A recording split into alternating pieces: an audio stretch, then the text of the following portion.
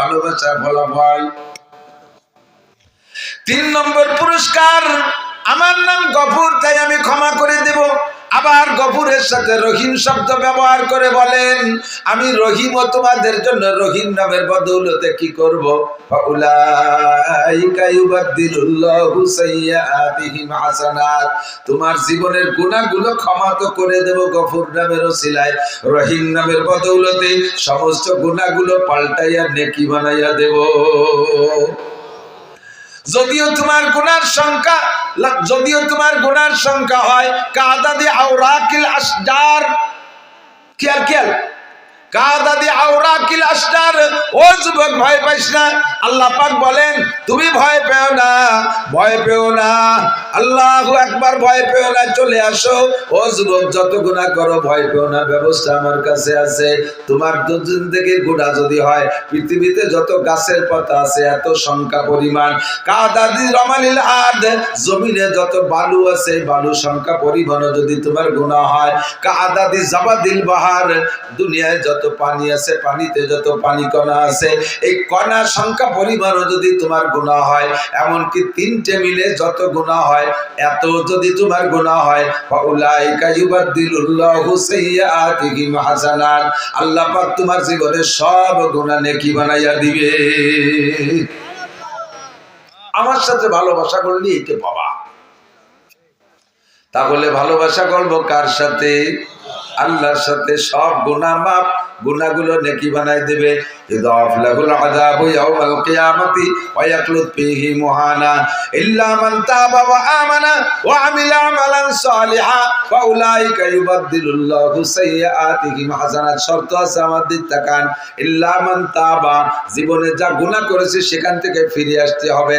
তওবা মানে ফিরে আসা, তওবা মানে ফিরে আসা। আর ইস্তেগফার মানে পিছনের গুনাহ থেকে ক্ষমা চাওয়া। আল্লাহ পিছনে যা করেছি ক্ষমা চাই, সামনে আর করব না বলে অঙ্গীকার করলাম, এর নাম হলো তওবা। ইল্লা মান তাবা ওয়া আমানা, এরপরে আল্লাহর প্রতি গভীর বিশ্বাস, ওয়া আমিলা আমালান সালিহা, সামনে নেক আমল করার জন্য পাক্কা প্রতিজ্ঞা। আমি আর কোনোদিন নামাজ ছাড়বো না, রমজান ভাই পাইলে রোজা ছাড়বো না, আমি কোনোদিন ফরজ তরক করব না, আমি কোনোদিন ওয়াজিব তরক করব না, আমি কোনোদিন সুন্নাত তরক করব না, আমি কোনোদিন কবিরা গুনাহ করব না, আমি কোনোদিন সগীরা গুনাহ করব না। এইভাবে গুনাহ না করার তওবা করা আর ইবাদত করার প্রতিজ্ঞা করা। আল্লাহ পাক বলেন, এই সিদ্ধান্তে আসো, আমি তোমার সব গুনাহগুলো নেকি বানাইয়া দেব। এবার বললাম, আল্লাহ ভালো তো তোমাকে বাসি, ভালোবাসার পদ্ধতি কি? এদিক তাকান। ভালোবাসার বয়স লাগে আর ভালোবাসার সিস্টেম জানা লাগে। ছোট পোলাপান এরা ভালোবাসার বয়স হইলেই ওদের অনেক সময় আব্বারা আর কি করে 3, 4, 5 বছরে পোলাপানকে নিয়ে বসে একটু তামাশা করে, কয় যে এই জামাল তোরে বিয়ে দেব, বয়স 5 বছর, তোর শ্বশুর বাড়ি যাব, তোর শাওরির চুল টেনে ছেড়বো, তোর শ্বশুরের দাড়ি ছেড়বো। ছেলে তো আব্বারে জব দেয়, তোরে বিয়ে দেব। ও তো বিয়ের মজা বোঝে না, বিয়ের মজা বোঝে না। ও মনে হচ্ছে আব্বা কইলে ওর জব ওইভাবেই কইতে হয়। তো ওর বাপ ওরে বিয়ে দেবে তামাশা করতেছে, আর ওর বাপরে বিয়ে দিয়ে যদি আর একটা বউ বাড়ি আনে, তাহলে তোরা কয়মে প্রতি বাড়ি থাকতে পারবি না। নতুনটা দাপটে পুরো সেট ধরে বাতিল। তোর বাপ কইছে বিদায় বাপরে একটা জবাব দেয়, কেন দিল? ও বিয়ের মজা বোঝে না। কিন্তু 22, 23, 24, 25 বছরের যুবক ছেলের যদি কাব্য একটা মেয়ে দেখতে যাইতে চাচ্ছিলাম, কখন যাওয়া যায়? ও কাব্বা সন্ধ্যের আগে যাওয়া যায় না, কারণ ও তো বিয়ের মজা বুঝিয়ে ফেলাইছে। ও বিয়ের 7 বোঝে, এই জন্য ও 24 ঘন্টা ব্রিফকেস রেডি থাকে। কিন্তু 5 বছরের তো বোঝে না, ও চকলেটের মজা বোঝে। কথা কন, ও বোঝে চকলেটের মজা। কাজেই তোমারে ভালোবাসবো, ভালোবাসার বয়স কোন সময়? আল্লাহ কয় সাবালে ঘর আগে আমারে ভালোবাসা লাগবে না, দিশে পাবা না। যে সময় তুমি বাসবাগানে দাঁড়ায় বিভিন্ন জায়গায় হ্যালো হ্যালো করতে দিশে পাও, বিভিন্ন জায়গায় যোগাযোগ করতে পারো, ওইটা তোমার ভালোবাসার বয়স। আমি তোমার কাছ থেকে ভালোবাসা চাই সাবালে ঘর পরের থেকে। এবার সিস্টেম কি? সিস্টেম না জানা থাকলে হবে না। অনেক অনেক ফ্যামিলিতে দেখবেন ছোট ছোট ঘন ঘন বাচ্চা কাচ্চা, 1 বছর, 1.5 বছর, 2 বছর পর পর এটা এরকম খুব ঘন ঘন হয়ে গেছে। তো সে একেবারে লাস্টেরটা যেটার নাম ইতি, ওটা বসা শিখছে। ওর উপরেরটার বয়স 1.5 বছর বেশি, তার 1.5 বছরের বড়। সে সে একটু একটু উঠে বেড়ায়, দুটিরে সোজারি টান টান হলি 4 আঙ্গুলের আপ ডাউন হয়। এভাবে একটার বয়স 4.5 বছর, একটার বয়স 6 বছর, এরকম 1.5 বছর হলি 7টা 8টা হয়েছে। তো বাপে যদি বাইরে থেকে কোনো খাবার দাবার টুল্লা আনে, বড় গেয়াতে দেয় না, ওই বসাটা ছোটটারে দেয়। তো ছোটটা রাতে দিলে ছোটটা রাতের থেকে ওইটার ভাগ খাতি হলি কারা খায়, ওই বড় যারা ওরে কোলে উঠতে পারে ওরা আছে, ওটা জড়াই গড়াই কোলে রেনে একদিক যায়, ও খায় এরাও খায়। তোর পাশে বসা রয়েছে ওর ইমিডিয়েটলি বড়টা, সে কোলে উঠতে পারে না, টুল্লার ভাগও পায় না। ও ওই টুল্লা নিয়ে গেছে, ওই যে নালাতে নালাতে ওর পেট বেশি যাচ্ছে, ভাগ পায় না। আর ওর ওই শিশুকালের বুদ্ধিতে ও এতটুকু অনুভব করছে যে টুল্লার ভাগ খাতি হলে এই ছোট্টারে কোলে ওরা শক্তি হবে, নাইলে ভাগ টুল্লা ভাগে পাবো না। এখন কোলে হতে গেলে দুটিরে দাঁড়ালি 4 আঙ্গুলের বেশ কম, কিরম কোলে আসবে? তো ওই টুল্লা আজকে আব্বা হাতে দেবে, তার আগে ও প্র্যাকটিস করতেছে, দেই পারি নাকি। তো ওরে কোলে হতে যে গলা টলা জড়াইয়ে বইয়ের সাথে এরকম সিবিয়ে ধরিয়ে উঁচু আটা দিতে গেছে, ওদিক দিয়ে পাও পড়ায় ধরছে। তো পাও পড়ায় দুটোর প্যাট তো এরকম প্যাট গলাতে ওই পর্যন্ত যে প্যাট মেশে প্যাটে প্যাটে মিশিয়ে গলা টাইনে ধরে সিবে ধরে পাও পড়ায় ধরে কোলে হতেছে। আধা মিনিট খানিক কোলে লিওর জিব্বে টিপে বার হয়ে গেছে, গ্যাস লাগানো শুরু হয়ে গেছে। বড়রা দেখে ছাড়াই দিছে, এই যে ওরে গলা সিবে মারতেছে, এটা কি মারার জন্য এরকম ধরছে নাকি? ও কিন্তু ভালোবাসার জন্যই ধরছে, ও মোহাম্মত করার জন্যই ধরছে, কোলে আর টুল্লার ভাগ খাবে। কিন্তু ওর সেই যোগ্যতা হয় নাই, সে বয়স হয় নাই, নিয়ম জানে না। এই অনিয়ম ভালোবাসতে গেলি এভাবে গলা চিপে মারা হয়। আল্লাহ পাক বলেন আমারে ভালোবাসতে চায় অনেকে। হিন্দুরাও কিন্তু আল্লাহকে ভগবান বলে স্বীকার করে, কিন্তু নিয়ম তার নিয়ম জানে না ভালোবাসার। এই জন্য ভালোবাসতে যাই কি যে কি আরে রবি ঠাকুরের একটা কবিতা আছে, কবিতাটা আমার স্মরণে, তর্জমা আমার মনে আছে। উনি বলেন হিন্দুদের উপরে আমার লজ্জা লাগে, আমার অভিযোগ যে তারা ভগবানকে ভগবান বলে সর্বশ্রেষ্ঠ বলে বিশ্বাস করে, অথচ ভগবানকে সাকারে আইনে ইবাদত করতে যাইয়া যে ভগবান কেমন দেখি নাই, সম্ভবত ভগবান বাঘের মতো হবে তাই মাটি দিয়ে একটা বাঘ বানায়, আবার সম্ভবত ভগবান সিংহের মতো হবে তাই একটা সিংহ বানায়, সম্ভবত ভগবান হাতির মতো হবে তাই একটা হাতি বানাইয়া মাটি দিয়ে একটা হাতি বানায় তারে ভগবান মনে করে সেবা দেয়, সম্ভবত ভগবান শুয়োরের মতো হবে তাই একটা শুয়োর বানাইয়া ভগবান বানায় মনে করে পুজো করে, সম্ভবত ভগবান একটা কুত্তর মতো হবে, সম্ভবত ভগবান একটা ইঁদুরের মতো হবে, সম্ভবত ভগবান একটা সুসোর মতো হবে। এবার ভগবানকে ভালোবাসতে যাইয়ে শিয়াল কুত্ত শুয়োর ইঁদুর বান্দর পদ্ধতি বানায় ফেলে। এটা ভালোবাসার নিয়ম জানে না, এই জন্য ভালোবাসতে যে গলা চিপে মারে। বাউল ফাউল পার্টি মাজারে যারা যায় ভণ্ড পীরের দরবারে যারা যায় তারা আল্লাহরে পাইতে যায়, নিয়ম জানে না, আল্লাহরে গলা টিপে মারে। নবীকে ভালোবাসার নিয়ম জানে না, গলা টিপে মারে। বিভিন্ন জায়গা যাইয়া এই সমস্ত গুলো আল্লাহকে ভালোবাসতে যে গলা টিপে মারে, কারণ তারা নিয়ম জানে না। কাজী আল্লাহকে যা বললাম, আল্লাহ ইহদিনাস সিরাতাল মুস্তাকিম, তোমাকে ভালোবাসার সঠিক সরল পথ চিনায় দাও। আল্লাহ পাক বললেন নবী তুমি বলে দাও ইন কুনতুম তুহিব্বুনাল্লাহ, যদি তোমরা আল্লাহকে ভালোবাসতে চাও তাহলে সিস্টেম হলো ফাত্তাবিউনি, আমি নবীর অনুকরণ করো, ফাত্তাবিউনি আমার অনুকরণ করো। কেন করব? কয় মানে আতানি দা ফাকাদ আতা আল্লাহ, যে আমার অনুকরণ করবে সে যেন আল্লাহরই অনুকরণ করলো। ওমান আসানি ফাকাদ আসাল্লাহ, যে আমার নাফরমানি করবে সে আল্লাহরই নাফরমানি করলো। নবী পাক বলেন কুল্লু উম্মতি ইয়াদখুলুনাল জান্নাহ, আমার সব উম্মত জান্নাতে যাবে আমার সাথে, ইল্লা মান আবা, শুধু যার নাম হবে আবা ওইটা জাহান্নামে যাবা, ওইটা আমার সাথে জান্নাতে যাইতে পারবা না। ইলা মান আবা ইয়া রাসূলুল্লাহ, হুজুর আবা নামের আবার কে আছে? আমাদের মধ্যে কাহারও নাম তো আবা না। আপনি বললেন যার নাম হবে আবা তুমি জাহান্নামে যাবা, তাহলে আবা নামের কে আছে? হুজুর বলেন মানে আতাদি দাখালাল জান্নাহ। আমার জিন্দেগি 6 ভাগে বিভক্ত, আমার জিন্দেগি 6 ভাগে বিভক্ত। ব্যক্তিগত জীবন, পারিবারিক জীবন, সামাজিক জীবন, অর্থনৈতিক জীবন, রাজনৈতিক জীবন, আন্তর্জাতিক জীবন। এই 6টা জীবনে আমার সাথে যারা A to Z মিল করবে সে আমার সাথে জান্নাতে যাবা। আর আমার সাথে মিল হওয়ার কারণে আল্লাহ পাক তাকে ভালোবাসবে। আল্লাহ পাক যাকে ভালোবাসবে তার গুনাহ মাফ করে দিয়ে আল্লাহ পাক তাকে গুনাহ সংখ্যা পরিমাণ নেকি দান করবে। ওমান আসানি, এ যুবক পাগলামি করো না। তোমার মতো বহু যুবককে আমি রাস্তায় ফেরানো দেখে আসছি। বছরের 8টা মাস রাস্তায় থাকি, বিশ্ব রোডে থাকি। কত যুবকরা আমি টাইনা রাস্তার থেকে উপরে থেকে সাইডে সরাই থুই আসছি। কত যুবকরা আমি রোডের সাথে কুত্তর গোস্ত আর তোমার গোস্ত মিক্সার হয়ে গেছে আমি দেখে আসছি। বেশি লাফালাফি করো না, সমাজে কিন্তু বুড়ো মানুষ চাইতে যুবক মরে বেশি। কতক্ষণ গার্মেন্টসে কোনো বুড়ো মানুষ চাকরি করে না, গার্মেন্টসে আগুন লাগলে যুবকরাই মরে, যুবতীরাই মরে। বিভিন্ন জায়গায় অ্যাক্সিডেন্টে বুড়ো মানুষ চলাফেরা কম করে, গাড়িতে তোমরাই থাকো, তোমরাই কিন্তু পড়ো আর মরো। যত আপদ বিপদ বালা মুসিবত সব দেখতেছি যুবকদের উপর দিয়ে। মানুষ তো বুড়ো হতেই পারতেছে না, কাজেই মস্তানি করো না। তোমার মতো মস্তানরে মারতে আল্লাহর এক পয়সাও লাগে না। সময় মতো জায়গায় চলে আসো। কিয়ামতের ময়দানে নবী পাক বলেন, আর 7 শ্রেণীর মানুষকে আল্লাহ আরশে আজিমের নিচে বসাইয়া আমাকে দায়িত্ব দেবে, তুমি হাউজে কাউসার পান করাও। আমি ওই 7 গুণের মানুষকে হাউজে কাউসার পান করায় দেব। ফামান শারিবা লাম ইয়াজমা আবাদা, আমার থেকে একবার 1 গ্লাস পান করলে কোনোদিন পিপাসা হবে না। আমি এরপরে হাত ধরে আরশে আজিমের নিচে বসাইয়া দিব। আল্লাহ পাক তোমাকে 500 বছর পর্যন্ত নিজ কুদরতে হাতে মুখে উঠায় খানা খাওয়াবে। যুবক, তোমার যৌবনকালে দিক নিয়ে আসতে হবে।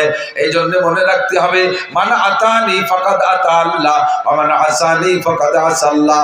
আল্লাহর রাসূলের নাফরমানি করলে নাফরমানিটা আল্লাহর করা হয়। কাজে এবার নবী পাকের 6 জীবনের সাথে মিল করব। 1 নম্বরে আমার ব্যক্তি জীবন, বডিটারে আগে নবী পাকের বডির সাথে আমি আয়নার সামনে দাঁড়ায় মিল করি। আমার নবী চুল কাটাইতেন কেমন, নবীর চুল কেমন ছিল, আমার চুল কেমন আছে। আমার তুমি আয়না ধরে দেখো তোমার চুলটা কেমন। এখন সেলুনে যে চুল কাটে সব পশ্চিমে কাটিং, সেলুনের ভিতরে ছবি দেয়া আছে, মডেল দেয়া আছে না? কোন model? Messi model, Neymar model, ফ্রান্সের মডেল, ইটালিয়ান মডেল, ইহুদিদের মডেল, নাসারাদের মডেল তোমার মাথা হবে। আর তুমি ওই মাথা নিয়ে নবী পাকের সামনে যাবা, নবী তোমারে হাউজে কাউসার পান করাবে। সাবধান, আদৌ সম্ভব না। নবীর কাছে যখন হাউজে কাউসার পান করতে যাবা, মাঝখানে একটা পর্দা পার্টিশন করে যাবে, আর ফেরেশতারা পায়ে শিকল দিয়ে ধম করে টান দিয়ে চেষ্টায় টানতে টানতে নিয়ে যাবে। তুমি চিৎকার করে বলবে, ইয়া রাসূলুল্লাহ আশরিফনি শাইয়্যাম মিনাল হজ। ওগো আল্লাহর নবী, হাসরের মাঠে সূর্য মাথার 4 আঙ্গুল উপরে, কলিজাটা পিপাসায় ফাইটে যায়। আসছিলাম কোনো মতে লাইন ধরে আপনার দরবারে একটু হাউজে কাউসারের জন্য, আপনার সামনে থেকে টেনে নিয়ে যাচ্ছে। নবী আমার একটা হাউজে কাউসার দেন। রহমতে আলম নবী বলবে, ও ফেরেশতারা, আমার উম্মতকে কেন পানি পান করতে দিলে না? ফেরেশতারা বলবে, ইয়া রাসূলুল্লাহ ফাইন্নাকা লা তাদরি মা আহদাসু বাদাক। আপনি দুনিয়া থেকে চলে আসার পরে আপনার সুন্নতের সাথে কি আচরণ করছে আপনি জানেন না। ওর মাথার দিকে তাকায় দেখেন, ওর মাথা মুসলমানদের মাথার মতো না। তুমি একটু সামায়েল পড়ে দেখো, সাহাবায়ে কিরামদের জীবনী পড়ে দেখো, হায়াতুস সাহাবা পড়ে দেখো। কোন সাহাবার চুল তোমার চুলের মতো ছিল না। তুমি তোমার চুলকে যদি নবীর চুলের মতো বানাইতে পারো, চুলের মধ্যে মূল সুন্নাত 3টা। 1 নম্বরে সাইসা ফেলানো, 2 নম্বরে ছোট ছোট করে কাটা, 3 নম্বরে মুখে 1 মোট দাড়ি হওয়ার পরে বাবরি রাখা। বাবরির মধ্যে আবার 3 তরিকা, লিম্মা, জুম্মা, অফরা। লিম্মা, জুম্মা, অফরা। জুম্মা, লিম্মা, অফরা। জুম্মা হলো কানের মাঝখান পর্যন্ত এভাবে সমান করে কাটা, সবটুক রেখে কানের সমান করে পিছনে একেবারে ঘাড়ি কেটে দেওয়া। লিম্মা বলা হয় কানের লতি পর্যন্ত পেয়ে আসা, এতটুকু পর্যন্ত অনুমতি আছে। ময়দানে জেহাদের ময়দানে গেলে অফরা, ঘাড় পর্যন্ত চুল রাখা জায়েজ আছে। কারণ বড় দাড়ি আর ঘাড় পর্যন্ত চুল হলে এরকম জাকি দিলি সিংহর মতো দেখা যায়, তাতে কাফেরকে আত্মা কালায় যায়। এই জন্যই বড় চুল। তবে সবচেয়ে উত্তম হলো, যুবক তোমরা যারা আছো, চুল সব জায়গা ছোট ছোট করে কাটবা। কদম শার্ট বলে, উপরেও যেমন নিচে তেমন সাইডই পাতলা করে উপরে বড় রাখা, এটা খ্রিস্টান কাটিং। আহসানুল ফতোয়ার ভিতরে লেখছে, উলামায়ে কেরাম মনে রাখবেন, আহসানুল ফতোয়া 3য় খণ্ড বাবুল ইমামতের মধ্যে লেখছে, যদি কোনো মসজিদের ইমাম সাহেব ইংরেজি কাটিং চুল কাটে, অর্থাৎ এখান দিয়ে পাতলা করে সমান করে উপরে বড় রাখে, এই ইমামের পিছনে নামাজ পড়া মাকরুহে তাহরিমি। মুয়াজ্জিন যদি এমন চুল কাটায়, তার আযান দেওয়া মাকরুহে তাহরিমি। এটা ইমাম মুয়াজ্জিনের উপর যে গেল, মুসল্লিরা কাটলে, মুসল্লিরা এমন কাটাইলে তো গুনাহ হবে না। কতক্ষণ চুলটা তুমি সুন্নতের মধ্যে নিয়ে আসো। হুজুর বলেন, মান তামাসসাকা বিসুন্নতি ইনদা ফাসাদে উম্মতি ফালাহু আজরু মিয়াতি শাহীদ। আগেই বলে ফেলাইছি, যে সময় দুনিয়া থেকে সুন্নাতগুলো মিটে যাওয়ার সম্ভাবনা দেখা দেবে, ওই সময় একটা সুন্নতের পর আমল করলে 100 শহীদের সওয়াব দেওয়া হবে। চুলের মধ্যে 100 শহীদ। এবার চলে আসো মোসের মধ্যে আর দাড়ির মধ্যে। হুজুর বলেন কসুসারে বাবা বললো হা, মোসরে ছোট করো, দাড়িরে বড় করো। মোসরে কত ছোট? এমন কাটা কাটবা হাত্তা ইউরা বিয়াজুল জাল, তোমার চামড়া পর্যন্ত দেখা যাবে, এমন ছোট করবা। আর ওয়াফুল্লোহা, দাড়িরে সাইডে দাও। আহসানুল ফতোয়া 3য় খণ্ড বাবুল ইমাম মতের মধ্যে লেখছে, যদি কোনো মসজিদের ইমাম সাহেবের দাড়ি 1 মুঠ হওয়ার আগে, 1 মুঠ লম্বা হওয়ার আগে কাইটা যদি খাটো করে রাখে, ছোট ছোট খাইজুনি খাইজুনি পেঁয়াজের পাশায় যে দাড়ি, পেঁয়াজের ভাষা দাঁড়িয়ে না, এই পেঁয়াজের দাড়ির মতো দাড়ি রাখে, বগল সাইজ দাড়ি, বগলও চারটুক দাড়িও চারটুক, এই বগল সাইজের দাড়ি রাখে, ওই ইমামের পিছনে নামাজ পড়া মাকরুহে তাহরিমি। ইমাম পাল্টাইতে হবে মসজিদ থেকে, যত বড় কারি হোক, যত বড় আলেম হোক, যত বড় মুফতি হোক, ওই ইমামের পিছনে নামাজ পড়া যাবে না, মাকরুহে তাহরিমি। মুয়াজ্জিনের দাড়ি খাটো হইলে মুয়াজ্জিনের আজান দেওয়া নিষেধ, মুয়াজ্জিনদের পাল্টাইতে হবে। আর সাধারণ পাবলিক যারা দাড়ি রাখবেন, সকলের দাড়ি কমপক্ষে 1 মুঠ লম্বা, 1 মুঠ লম্বা, অর্থাৎ দাড়িরে ধরবেন এই বৃদ্ধাঙ্গুল থুতির সাথে লাগাই দেবেন এই নিচে পর্যন্ত। এর চাইতে লম্বা যেটুকু হবে ওটুকু কেটে খাটো রাখতে পারবেন, তবে না কাটলে, বেশি দেখলে সুন্দর হইলে রাখতে পারবেন। তবে যদি মনে হয় যে বেশি লম্বা হয়ে গেলে ময়লা হওয়ার ভয় থাকে, জটা ধরার ভয় থাকে, তাহলে বাকিটুক কাটতে পারবেন, তার আগে না। দাড়িরে খাটো কইরা কাটা চাষার চাইতে বড় অপরাধ। যেই লোকটা বেলেট দিয়ে সম্পূর্ণ হলক করে ফেলে, চাইছে ফেলে, সে চাষারে গুনাহ মনে করে, নিজেকে সে অপরাধী মনে করে। আমি দাড়ি চাইছে ফেলতেছি, গুনাহ মনে গুনাহ করতেছি, সে গুনারে গুনাহ মনে করে। কিন্তু যে একটুক একটুক দাড়ি রাইকা দাড়ি মনে করে, যা সুন্নত না তারে সুন্নত মনে করে, একে বলা হয় তাহরিফে শরিয়াত। শরিয়াতে পরিবর্তন করা, নষ্ট করা। যা শরিয়াত না তারে শরিয়াত মনে করতেছ, কবিরা গুনাহ, ঈমান নষ্ট হইয়া যাইবে। চুল দাড়ি মোছ ঠিক করবেন, সপ্তাহে না পারলে 15 দিন, সর্বোচ্চ 40 দিনের ভিতরে গুপ্তাঙ্গের লোম পরিষ্কার, বগলের লোম পরিষ্কার, সপ্তাহে সপ্তাহে নখ কাটা, এটা নবী আলাইহিস সালামের সুন্নাত। এর এক একটা সুন্নতের বিনিময়ে 100 শহীদের সওয়াব। হুজুর বলেন মানে আতানি দাখালাল জান্নাহ, আমার এই সুন্নতগুলোর অনুসরণ করলে তুমি জান্নাতি হবা। এমনি সময় তোমার কাজ কামের জন্য দৈনন্দিন যে পোশাক লাগে পরো, কিন্তু রেগুলার তোমার সুন্নতি পোশাক বানায় নাও, রেগুলার তোমার সুন্নতি পোশাক বানায় নাও। আবু দাউদ শরীফের মধ্যে হাদিস আছে, সাহাবী বর্ণনা করেন, মা ক্বালা রাসূলুল্লাহ সাল্লাল্লাহু আলাইহি ওয়াসাল্লাম ফিল ইজার ফাহুয়া ফিল কামিজ ওয়া ইজ্জাতুল মুসলিমি ইলা আনসাফি সাকাইহি। মুসলমানের জামার পাজামা কতটুক লম্বা হবে? হুজুর সাহাবী বলেন, হুজুর বলেছেন পাজামা যতটুক লম্বা হবে জামাও ততটুক লম্বা হবে। গোল না ফাড়া তা বলে নাই, পাজামা যতটুক লম্বা হবে জামাও ততটুক লম্বা হবে। এবার পাজামা কতটুক হবে? ইজ্জাতুল মুসলিমি ইলা আনসাফি সাকাইহি, মুসলমানের পাজামা হাঁটু আর টাকনু এর মাঝখান পর্যন্ত হবে। প্যান্ট পরশ অর্ধেক পর্যন্ত, নেসফে শাক পরবা, লুঙ্গি পরলেও পর্যন্ত, তবে জায়েজ আছে নিচে টাকনু রাখ পর্যন্ত। এবার হুজুর বলেন মানজারা ইজারাহু বাতারা লাম ইয়ানজুরিল্লাহু ইলাইহি ইয়াউমাল কিয়ামা মা আসফালা মিনাল কাবাইন ফাহুয়া ফিন্নার। পুরুষরা টাকনু ছুঁয়ে প্যান্ট পাজামা লুঙ্গি পরা, টাকনু ছুঁয়ে প্যান্ট পাজামা লুঙ্গি পরা, এই টাকনু, যেই টাকনু ছুঁইবে ওই টাকনু জান্নাতে যাবে না। কিয়ামতের মাঠে আল্লাহ তাআলা তার দিকে ফিরে তাকাবে না। পুরুষটা টাকনুর নিচে পড়বে না, অথচ পুরুষকে প্যান্ট টাকনুর তল দিয়ে দেখি যে স্যান্ডেলের নায়ের দিয়ে বার হয়ে গেছে, আর এদিক দিয়ে উভয় দিয়ে আবার খুলে গেছে।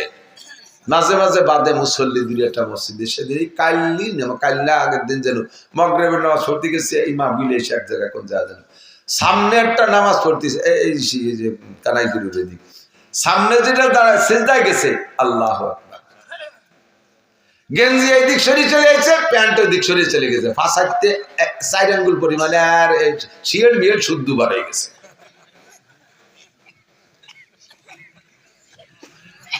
আল্লাহ, নিচে চলে গেছে, টাকনুর নিচে, উপর দিয়ে ভাষা খোলা।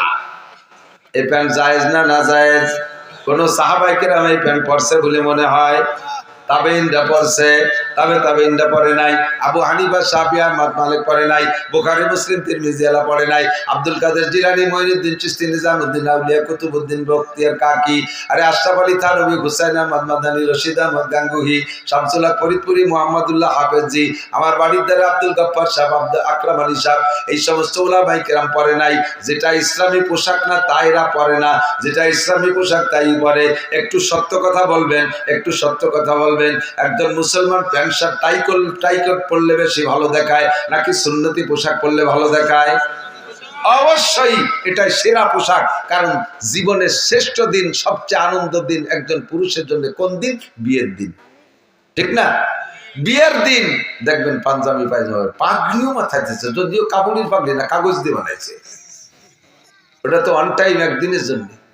জীবনের শ্রেষ্ঠ দিন যেই পোশাক পছন্দ হয়, দুনিয়ার থেকে বিদায় নেওয়ার সময় সেই পোশাক তোমাকে ব্যবহার করতে হয়, ঠিক না?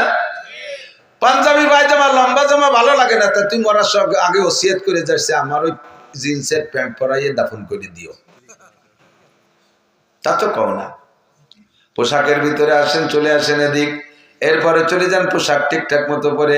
এই সুন্নত গুলো ব্যবহার করার জন্য, সুন্নতের খিলাফ ব্যবহার করলে আপনার ব্যবহার হবে, কিন্তু সুন্নতের অনুসরণ করে ব্যবহার করলে ব্যবহার করা হবে, নেকিও হবে। এই জামাটা গায়ে দিচ্ছেন, যুবক তুমি গেঞ্জি গায়ে দাও, জামা করো, জামা পরো, জামার ভিতরে ডান হাতটা আগে ঢুকোয়, বাম হাত পরে ঢুকো, বুতাম লাগাই দাও, পরাও হবে, সুন্নত হবে, 100 শহীদের সব হবে। সুবহানাল্লাহ। আর বাম হাত আগে ঢুকাইয়া ডান হাত পরে ঢুকাই বুতাম লাগাইলে পরা হবে, সুন্নত হবে না। প্যান্ট পাজামার ভিতরে ডান পা আগে ঢুকাও, বাম পা পরে ঢুকাও, বেল্ট ফিতে লাগাই দাও, পরা হবে, সুন্নত হবে, 100 শহীদের সওয়াব হবে। বাম পা আগে ঢুকাইয়া ডান পা পরে ঢুকাও, পরা হবে, সুন্নত হবে না, গুনাহ হবে। জুতার মধ্যে ডান পা আগে ঢুকাও, বাম পা পরে ঢুকাও, পরা হবে, সুন্নত হবে, 100 শহীদের সওয়াব পাবা। বাম পা আগে ঢুকাইয়া ডান পা পরে ঢুকাও, পরা হবে, সুন্নত হবে না, গুনাহ হবে। মোজার মধ্যে একই অবস্থা। আবার খোলার সময় বাম দিক দিয়ে আগে, বলেন খোলার সময় বাম দিক দিয়ে আগে। জামার আতা খুলতে গেলে বাম হাতটা আগে খুলবেন, প্যান্ট পাজামা খুলতে গেলে বাম পাটা আগে খুলবেন, জুতা মোজা খুলতে গেলে বাম পাটা আগে খুলবেন। এই আগে খোলার ভিতরে এক একটা খুলবেন, আর এক একটা করে সুন্নত হবে, 100 করে শহীদের সওয়াব আপনাকে দেওয়া হবে। আমল করা যাবে? এই করলে আল্লাহ ভালোবাসে, আল্লাহ ভালোবাসে তো আমাকে বানাইছে। এবার আল্লাহর ভালোবাসা যদি আমি অর্জন করতে পারি, আমি যদি আল্লাহকে ভালোবাসতে পারি, দুই দিকে ভালোবাসা জমবে, আর ওই সেই রেজাল্ট আউট হবে। আর রেজাল্টের শেষ ফিনিশিং আল্লাহ আমাকে আপনাকে জান্নাতিন তাজরি মিন তাহতিহাল আনহার খালিদিনা ফিহা আবাদা। অনেকে আছে, এদিক তাকান, এর থেকে একটু সরে চলে যাচ্ছি। আল্লাহ 5 ওয়াক্ত নামাজের সুন্নাত নামাজ অনেকে অলসতা করেন। ফজরে কয় রাকাত? 2 রাকাত। জোহরে 4 রাকাত সুন্নাত, 4 আর 2 6। মাগরিবে 2, কত? 8। ইশায় 2, 10 রাকাত। জোহরে 6 রাকাত। জোহরে কয় রাকাত? 6 রাকাত। ফজরে 2, জোহরে 6, 8। মাগরিবে 2, 10। ইশায় 2, 12। এটা হলো মূল। জুমার দিনে কবলাল জুমা 4, বাদাল জুমা 4, সুন্নতে মুআক্কাদা। সুন্নতে আহলে হাদিস আলারা আইসা আমাদের থেকে এই সুন্নতটাকে ভুলে দেওয়ার জন্য কয় না, জুমার আগে পরে সুন্নত নাই। উনি পাইনি, তালাশ করে কোন জায়গায়। আর তুমি পাও নাই বলে নাই থাকো, কি ঠিক হবে নাকি? এক জায়গাতে তুমি রাত্রি গেছো, সেই জায়গা কিছু দেওয়া নাই, বাড়ি এসে যদি ওই রাস্তায় কিচ্ছু নেই, এটা ঠিক হবে নাকি? ওই জায়গা কত আমরা তখন তারাই মাদ্রাসা পড়াই। একদিন বিকেল বেলা বসে বসে আমরা হুজুররা বিভিন্ন গল্প শুনবো। তার ভিতরে আমাদের এক মুহাদ্দিস, বড় আলেম, অরিজিনালি বড় আলেম, দেওবন্দের ফারেক, উনি বলতেছে যে সারা পৃথিবীতে নদীর পানি ঘোলা শুধু বাংলাদেশে, পৃথিবীর আর কোনো দেশে নদীর পানি ঘোলা না। ভূগোল সম্পর্কে বলে সবাই আশ্চর্য, সুবহানাল্লাহ। জিওগ্রাফি, ভূগোল সম্পর্কে কি অভিজ্ঞতা রাখে যে পানি ঠুকুন দেশে ঘোলা আর সুয়া, তাও করে দিচ্ছে। এর মধ্যে আমার মাথার মধ্যে ক্রিমিনালি ঢুকছে, দেই আমি অন্য কোনো দেশে গোলা পানি পাই নাকি। আমিও একবার দেওয়ান গেছি, যার পথে দেখলাম কলকাতা হাওড়া ব্রিজের নিচে গঙ্গা নদীর পানি আমাকে এই সব নদীর মতো গোলা। আমি কইলাম যে আপনার কথা মেনে নিতে পারলাম না। আমি দেখলাম আপনি তো আমার সাথে বেশি বার, উনি তো পড়ছে অনেকবার যত, আমি মাত্র একবার গেছি বেড়াইতে। তা আমি দেখলাম এই কলকাতা গঙ্গার পানি হাওড়া ব্রিজের নিচে যে গোলা পানি, আপনি দেখেন নাই? আপনি তো কতবার গেছেন? আমি ওই জায়গাতে যতবার গেছি রাত্রি গেছি। আপনি যে জায়গাতে রাত্রি গেছেন সেই জায়গা কিছু নাই, এ কথা কওয়া কি ঠিক হবে? কোন জায়গা কবলাল জুমা আছে আর বাদাল জুমা আছে, সেই জায়গা তুমি রাত্রি গেছো দুদু, তুমি বেলা থাকতে যাও নাই, এই জন্য দেখো নাই। আমরা দেখেছি কবলাল জুমা বাদাল জুমা সুন্নাত। অনেকে জীবন নামাজ পড়ে বেরোয় চলেছেন, কবিরা গুনাহ, কবিরা গুনাহ, কবিরা গুনাহ। আপনি সুন্নাত তরক করছেন, কিয়ামতে নবী পাকের সুপারিশ পাবেন না। সাবধান। আল্লাহু আকবার। 5 ওয়াক্তের যে সুন্নত গুলো আছে, আসরের 4 রাকাত কবলা আসর সুন্নত আছে, সুন্নতে গায়েব মুআক্কাদা পড়লে বিশাল নাকি, পড়লে বিশাল নাকি। ঈশার আগেও 4 রাকাত কবলাল ঈশা সুন্নতে গায়েব মুআক্কাদা আছে, পড়লে নাকি। তবে এই দুটো না পড়লে গুনাহ নাই। কিন্তু ফজরের সুন্নাত যদি টাইম মতো পড়তে না পারেন, ফজরের জামাতের আগে পড়তে না পারেন, কারণ বশত জামাত ধরতে যে ছুটে গেছে, এই খেয়াল করেন ফজরের সুন্নাত 2 রাকাত ভেরি ভেরি ইম্পর্টেন্ট। যদি দেখতেছেন মসজিদে গেছেন, আপনি আগে সুন্নত পড়তে পারেন না, ইমাম সাহেব জামাতে দাঁড়ায় গেছে, এখন আপনার সুন্নত ছোট সুরে দিয়ে 2 রাকাত সুন্নত পড়তে পড়তে যদি 1 রাকাত জামাতের ছুটেও যায়, তবু আগে সুন্নত পড়বেন। বোঝা গেছে? আর এই সুন্নত পড়বেন কোন জায়গায়? ওই কাতারে দাঁড়ায় পড়বেন না, মসজিদের বারান্দায় কোনায় দাঁড়ায় পড়বেন। যদি বারান্দা না থাকে তাহলে মসজিদের পিছনের কাতারে এক কোনায় যেয়ে পড়বেন, ওই কাতারে দাঁড়াইয়া বা 1-2 কাতারের মধ্যে পড়বেন না। যদি দেখা যায় যে নাই সুন্নত পড়তে গেলে পুরো জামাত ছুটে যায়, তাহলে আপনি সুন্নত ছেড়ে দেবেন, আগে ফরজ পড়বেন। এবার এই সুন্নত কখন পড়বেন? অপেক্ষা করবেন, বেলা উঠার 22 মিনিট পরে পড়বেন, ঠিক আছে? যদি দেখা যায় যে না পিএস লাগানোর কোনো 22 মিনিট পরে হবে না পড়া, তাহলে আপনি বেলা উঠার আগেও পড়ে ফেলতে পারেন। তবুও ফজরের সুন্নত মাইন নেই, এই 2 রাকাত বেশি গুরুত্বপূর্ণ। জোহরের জামাত যদি যে দেখেন যে আগের 4 রাকাত পড়তে গেলে জামাত ধরা যাচ্ছে না, বা জামাতের 1 রাকাত ছুটে যায়, আগের 4 রাকাত বাদ থাক, প্রথমে আপনি ফরজে দাঁড়ায় যাবেন। 1 রাকাতও যদি ছুটে যাওয়ার ভয় থাকে, তবুও সুন্নত পড়বেন না জোহরের, ঠিক আছে? পুরো জামাত ধরে এরপরে জোহরের পরে এই 6 রাকাত সুন্নত। এই 6 রাকাতের ভিতরে আবার আগে পড়বেন কোন কয় রাকাত? 2 রাকাত না 4 রাকাত? অনেকে কয় আগের ডাকে পড়ি পরেরটা পড়ে, তাহলে তো সব ফান্তা হয়ে যাবে। আগেরটা তো ফান্তা হয়ে রয়েছে, আবার এটাও জাগাতে সরি চলে গেল। আগে 2 রাকাত পরে পড়েই যাবেন, মিস করবেন না। নামাজ সংক্রান্ত এসে গেলে বললাম, অনেক সময় কথাটা বলতে বাদ থেকে যায়। এবার আমি আপনি 5 ওয়াক্ত ওযুতে মেসওয়াক করব। আপনার কোনো বিরাসের দাম যদি 1 কোটি টাকা হয়, আর পেস্টের দাম যদি 1 লাখ টাকা হয়, 1 কোটি টাকা দামের বিরাস দিয়ে 1 লক্ষ টাকা দামের পেস্ট দিয়ে 100 বছর পর্যন্ত দাঁত মাছ দিয়েও মেসওয়াকের সুন্নত আপনি পাবেন না। কয়জনের পকেটে মেসওয়াক আছে? কয়জনের পকেটে মেসওয়াক আছে? এই জায়গায় ইন্টারভিউ নেব যে আমার আছে দিয়ে, হ্যাঁ আচ্ছা, হ্যাঁ, নিজে আমল না করে তা আমলের প্রতি কোয়া ঠিক না। আল্লাহ কয় লিমা তাকুলুনা মা লা তাফআলুন। আমি পান খাই 30 বছর, 30 বছর হয়ে গেছে পান খাই। তা আল্লাহর ফজলে দাঁত কিন্তু সেরকম কালাওয়াতি দেয়নি, আমি কোনোদিন বিরাজ করিনি, পেটতে দাঁত মাজি নেই, মেসওয়াকই মারে না। প্রত্যেক 2টা পান খাওয়ার পরে যদি একবার মেসাক করে ফেলি, তাহলে পানের সেই কালো আবরণটা ভিতরে থাকতে পারে না, দাঁড়াতে পারে না, লাল হতে পারে না। আপনি কেন মেসওয়াক করবেন না? মেসওয়াক করবেন, খিলাল করবেন। অনেকে শুধু মেসওয়াক করে বা বিরাজ করে, খিলাল করে না। 2 দাঁতের চিপার ভিতরে খাদ্য ঢুকে থাকলে ওইটা পয়সি এমন গন্ধ হয়, এমন গন্ধ হয়, মানে পায়খানার গন্ধ চাইতে বেকায়দা হয়। গালে গন্ধ চাইতে ভালো কোনো গন্ধ হয় না। অনেক সময় একজনের সামনে আরেকজনের কথা বলতে গেলে মুখের থেকে বক বক করে গন্ধ আসে, আর মোহাম্মতের ঠেলায় মুহির পর মুখ নিয়ে এসে কথা বলতেছে। আমি মুখ সরাই, নাক সরাই, সে আরো আগুই দাঁড়ায়।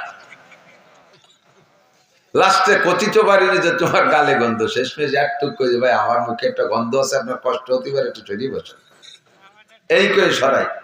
কিন্তু এই গন্ধটা খুবই খারাপ গন্ধ, খুব কষ্ট দেয়। এই জন্য দূরত্ব বজায় রেখে কথা বলা, আর দাঁতকে সুন্দর করে খিলাল করবেন, দৈনন্দিন খিলাল করেন। নবী আলাইহিস সালাম খিলাল করতেন, এটা সুন্নাত। আরেকটা সুন্নাত হলো, আজকে থেকে 3টে সুন্নাতের পরামর্শ দিচ্ছি, 4টে বলবো, এদিক দেখেন, 4টে সুন্নাত। 1 নম্বর সুন্নাত হলো, খেয়াল করতেছেন, 1 নম্বর সুন্নাত, আজকে থেকে পকেটে একটু টিস্যু পেপার রাখবো। যুবকরা এই প্যান্ট পরা পার্টি এদিক থেকে একটু টিস্যু পেপার রাখা যাবে? একটু টিস্যুর গায়ে 5 কেজি ওজন হবে না? 10 গ্রাম থেকে 20 গ্রাম, 20 গ্রাম হবে না, 10 গ্রামই হবে। 10 গ্রামও হবে না, 10 গ্রাম মানে 1 বড়ি, 11 গ্রামে 1 বড়ি, 1 বড়ি ওজন হবে না। তো একটু টিস্যু পেপার পকেটে রাখলে আপনি সারাদিন ভরে 10 বার 15 বার পেশাব করবেন, একটু টিস্যু ধরবেন, আপনার শরীরটা পাক থাকবে। নামাজ ভাঙ্গার কারণ 19টি, আর নামাজের ফরজ 13টি। 13টা ফরজের ভিতরে 1 নম্বর ফরজ শরীর পাক, 2 নম্বর ফরজ কাপড় পাক। পানি সবসময় পাওয়া যায় না, একটু টিস্যুকে আপনি পেশাব করার সময় সতর্কতার সাথে পেশাব করবেন, যাতে ডানি বামে সিটে না লাগে। এরপর একটু টিস্যু ধরবেন, এই টিস্যু দিয়ে ঢিলা ধরবেন, লাস্ট ফিনিশিং টিস্যুর একটা লাভ আছে, যত ঢিলা দুনিয়ায় পেশাব পায়খানায় ব্যবহার করবেন আল্লাহ তাআলা রূপ পাল্টাই এটাকে কিয়ামতে নেকির পাল্লায় উঠে দেবে। পাশাপাশি আপনার সবসময় শরীরটা পাক থাকলে, এক যুবক আমার